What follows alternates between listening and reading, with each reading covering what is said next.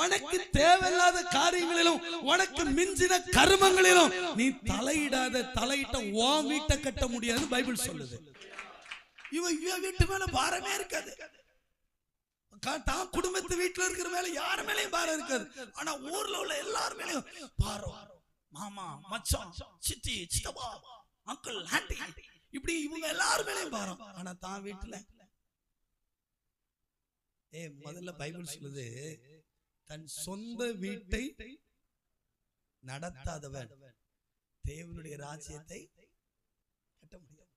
இந்த ஜீவியத்தை முதலாவது நீ கட்டி எழுப்பணும். உன் சொந்த குடும்பத்தை கட்டி எழுப்பக்கூடியவனா இருக்கணும்.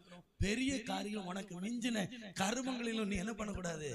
சொல்லுங்க சொல்லுங்க, இந்த வருஷத்துல தீர்மானம் பண்ணுங்க, கை உயர்த்தி சொல்லுங்க, எனக்கு தேவையில்லாத பெரிய காரியத்துல கர்மத்துல தலையிட மாட்டேன், தலையிட மாட்டேன், தலையிட மாட்டேன், தலையிட மாட்டேன்.